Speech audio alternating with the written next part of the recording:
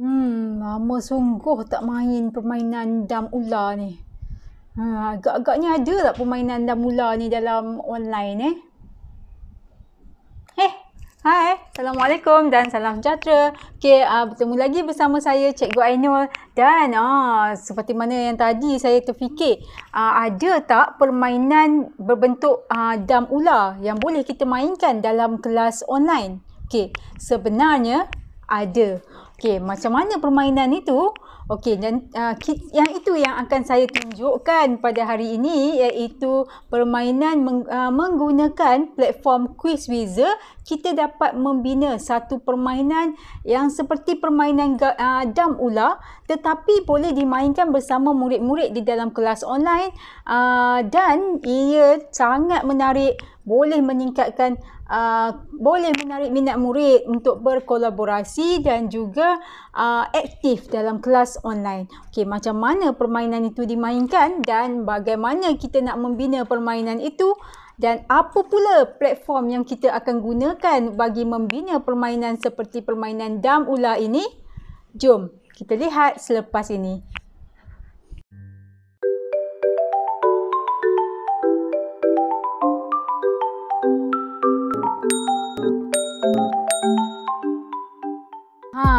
Inilah paparan bagi platform yang kita akan gunakan dalam kelas untuk membina untuk membina game ini. Ini dia platform yang kita akan gunakan, iaitu Quizizzer. Dan ejaannya adalah QUIZ, Quiz, WHIZZER. Biasalah kalau guru pendidikan khas ni dia mesti apa-apa pun dia mesti nak eja. Quizizzer, pastikan tarik betul-betul supaya tak pergi kepada platform yang lain. Untuk Quizizzer ini kita nak register dulu sebelum kita menggunakan bagi pengguna baru. Tetapi bagi yang dah pernah register, kita hanya perlu terus login menggunakan email kita. Jadi dekat sini saya dah register. Kalau register, cikgu-cikgu hanya perlu ikut step yang telah disediakan lah, menggunakan email masing-masing. Tapi kalau dah register, kita just klik login. Dan dia akan bawa terus kepada inilah, ataupun kadang-kadang kalau kita dah log out, dia akan terus minta kita login semula lah menggunakan email yang telah kita guna untuk register tadi. So tak nak buang masa, saya akan tunjukkan terus bagaimana cara untuk membina game yang seakan-akan sama seperti game dam ular tetapi dimainkan secara online. Jadi kita klik pada make a game terus. Ini yang telah saya buat sebelum ini. Di sini kita boleh kita diberi pilihan sama ada kita nak menggunakan template yang telah diberikan ataupun kita nak membina design, yang kita nak design template kita sendiri menggunakan image background kita sendiri. Kalau cikgu nak cepat, boleh terus menggunakan template. Saya tunjukkan kedua-duanya sekali. Yang pertama, kalau kita nak menggunakan template, di sini banyak template yang telah dikongsikan oleh guru-guru. Contohnya di sini kita ada template seperti space game ni. Kita juga ada template macam-macam lah, sebab dia punya game ini seperti game pengembaraan di mana murid akan bersaing siapa yang akan menamatkan permainan itu terlebih dahulu.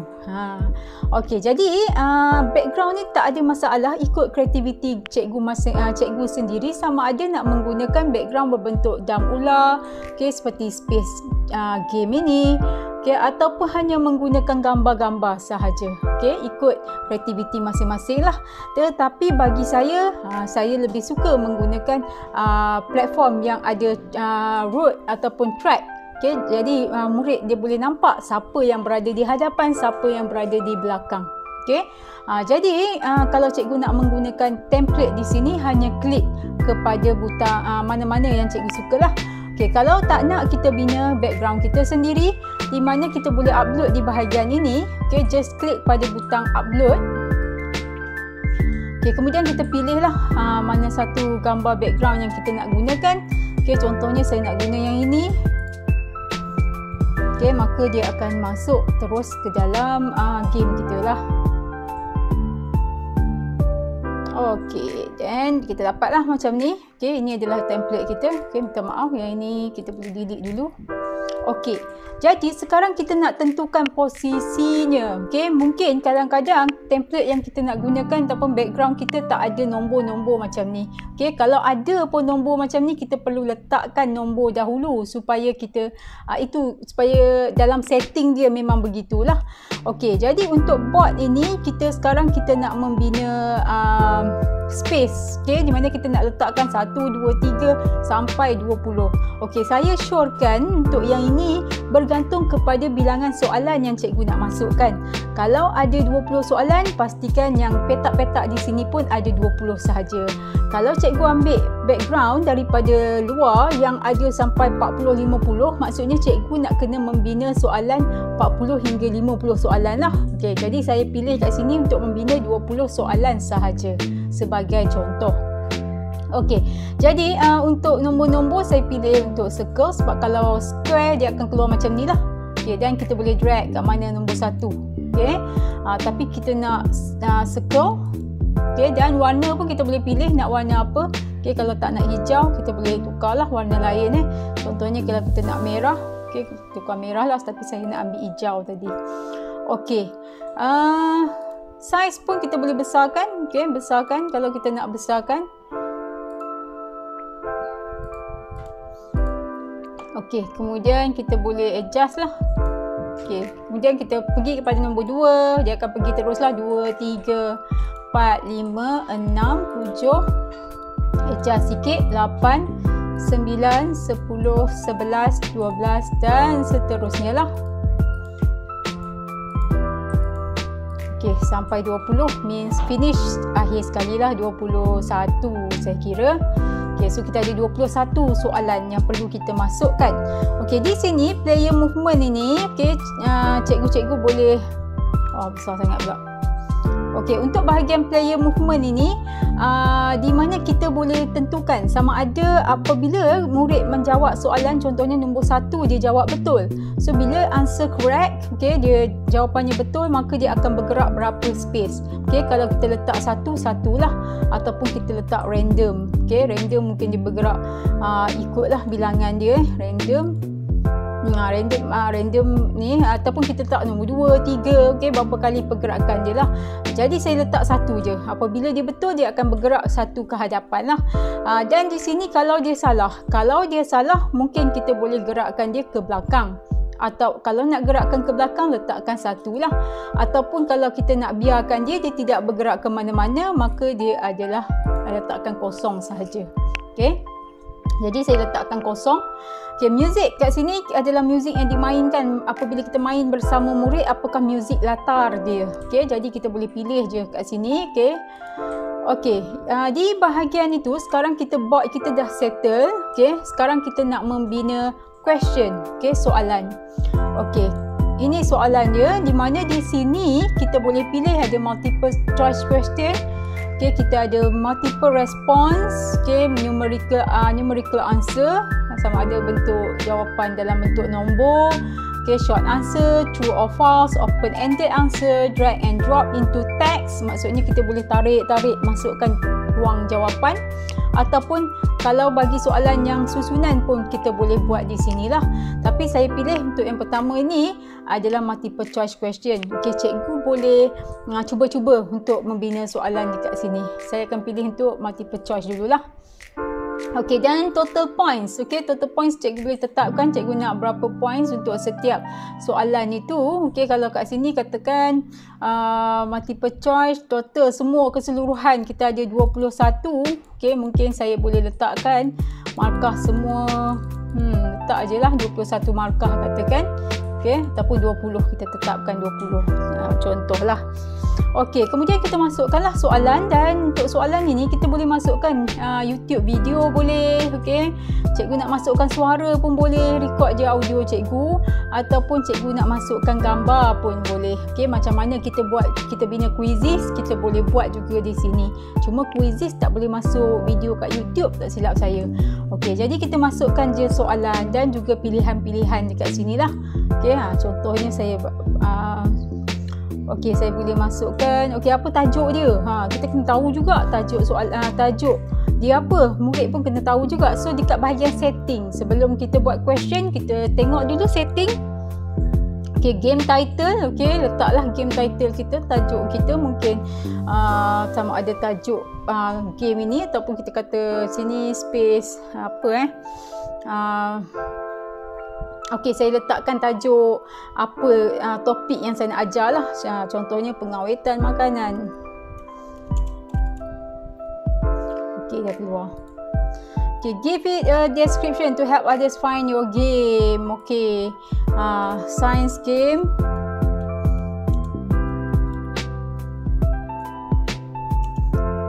Game for food processing. Contohlah. Okey, tak je apa-apa. Ini dalam bahasa Inggeris, katakan kita buat dalam bahasa Melayu, ada tak bahasa Melayu? Kalau tak ada, kita biar je dalam bahasa Inggeris. Okey, Malay ada. Okey, dan choose category science. Okey, more option. Everyone boleh tengok lah. Okey, ataupun me and who I share with sahaja. Bergantung. Kalau kita nak biar je public, so everyone. So, sekarang kita masukkan question. Okey, untuk question kita just type sahaja. Okey, apabila cikgu dah type soalan cikgu, jadi cikgu tandakan yang mana satu yang betul lah. Okey, tanda right dan pilih dekat sini mana satu yang betul. Dan di bawah ini kalau ada explanation, cikgu boleh masukkanlah explanation untuk jawapan itu. Okey, sama ada dalam bentuk video ataupun dalam bentuk gambar ataupun dalam bentuk suara sendiri. Okey, dan kita dah selesai satu, kita boleh pergi kepada soalan yang kedua. Just klik kepada add question. Okey, pergi kepada soalan yang kedua. Masukkan sehinggalah sebab kita ada 21 tadi. So, masukkan sehingga 21 soalan. Okey.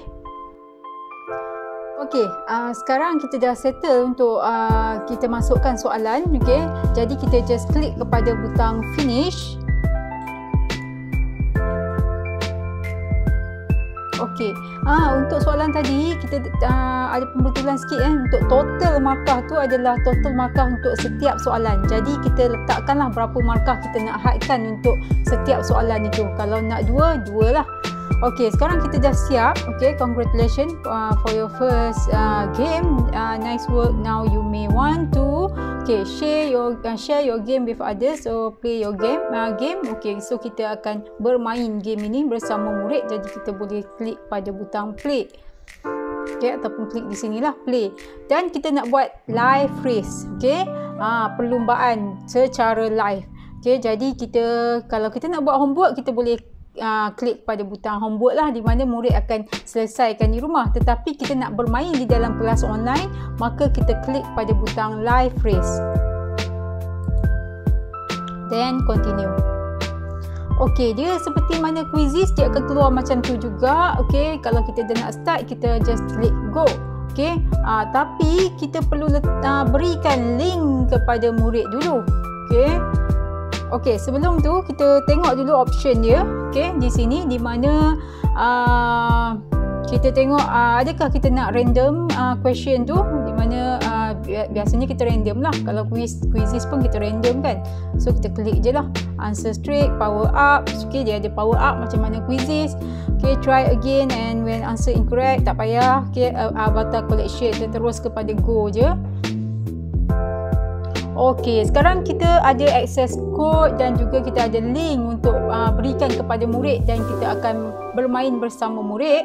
So kita just perlu copy dan masukkanlah dalam kita punya Google Meet, message Google Meet ataupun message student direct. Okey, ini adalah paparan apabila kita bermain bersama dengan murid di dalam Google Meet. Okey, di mana kita boleh share screen bagi quiz wizards ini, dan di sebelah itu adalah paparan yang murid nampak di dalam phone mereka apabila ia dimainkan di dalam phone. Dan kita boleh nampak apabila murid menjawab soalan, avatar mereka akan bergerak. Okey, dan kita boleh perhatikanlah siapakah yang akan mendahului dalam carta ini. Okay, dan di sini kita boleh nampak leaderboard dan kita juga boleh apabila selesai kita boleh view results. Okay, dan resultnya adalah seperti quizzes juga, tempat pertama, kedua dan ketiga. Dan di sini juga okay, sebenarnya kita akan dipaparkan dengan toughest question. Okay, di mana kalau didapati kat sini, toughest question tu adalah soalan yang paling murid susah nak dapat jawab. So kita nampak ada 2 orang saja murid yang jawab betul. Okay, dan kita ada juga longest streak, iaitu paparan di mana murid menjawab paling banyak jawapan yang betul. Okay, dan kita boleh view results keseluruhan bagi setiap murid, di mana kita boleh klik kepada butang di atas tu player names. Okay, dan kita nampak nama setiap murid, manakah yang mana pada warna hijau itu adalah soalan yang betul dijawab oleh murid, dan paparan merah itu adalah jawapan-jawapan yang salah dijawab oleh murid. Jadi kita boleh mengadakan perbincangan bersama dengan murid.